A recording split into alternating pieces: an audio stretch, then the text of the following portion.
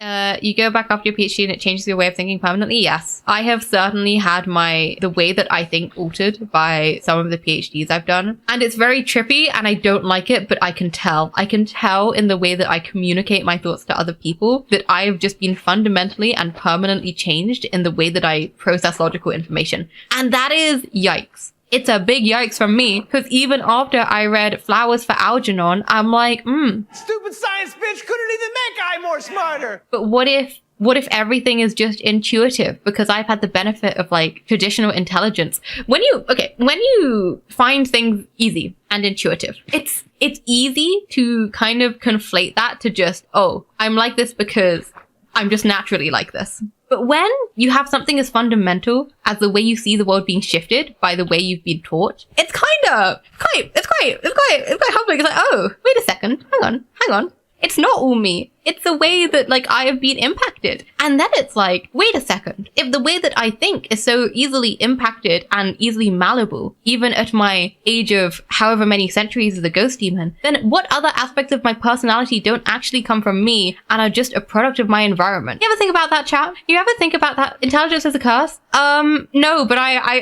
think, I feel like, you know, it's easy. Well, is it harder to be happy when you, I don't know. Anyway, so I'm gonna go get some andesite. But yeah, the mind is very malleable. I know people forget. We are just little guys, and we are so easy to manipulate. It's crazy. It's crazy out there, guys. Stay safe. Going deep is a lot to think about. I try not to think it never works out. Right. Anyway, it's fine. And at the end of the day, it kind of doesn't change anything. But it kind of makes you take a step back and reevaluate. And there's never going to be an answer because we just don't know. I don't know if science will ever be able to answer like whether someone's personality is completely innate or completely taught.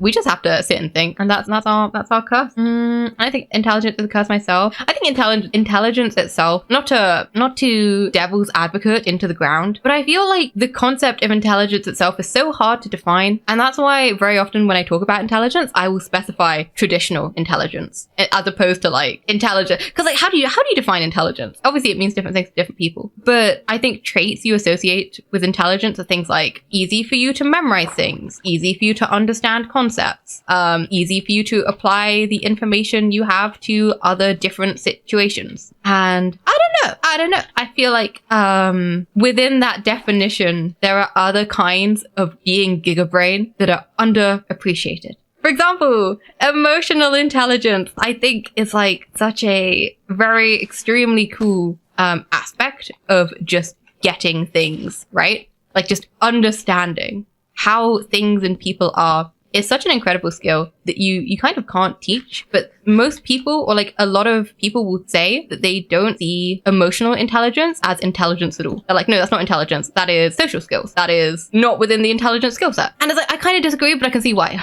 And so it's like, I don't know. I don't even know how you begin to define a concept like intelligence when you stop thinking about it. Like, what makes a person intelligent? For a lot of people, they will just conflate being well-read with being intelligent.